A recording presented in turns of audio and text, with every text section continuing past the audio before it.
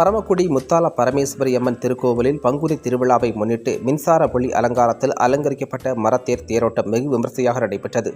ராமநாதபுரம் மாவட்டம் பரமக்குடி நகரின் காவல் தெய்வமான அருள்மிகு ஸ்ரீ முத்தால பரமேஸ்வரி அம்மன் கோவிலில் ஆண்டுதோறும் பங்குனி திருவிழா வெகு விமர்சையாக நடைபெறுவது வழக்கம். இந்த ஆண்டு பங்குனி திருவிழா நிகழ்வான அக்னிச்சட்டி வைபவம் பல ஆயிரக்கணக்கான பக்தர்கள் பங்கேற்று நாள் முழுவதும் வெகு விமர்சையாக நடைபெற்றது.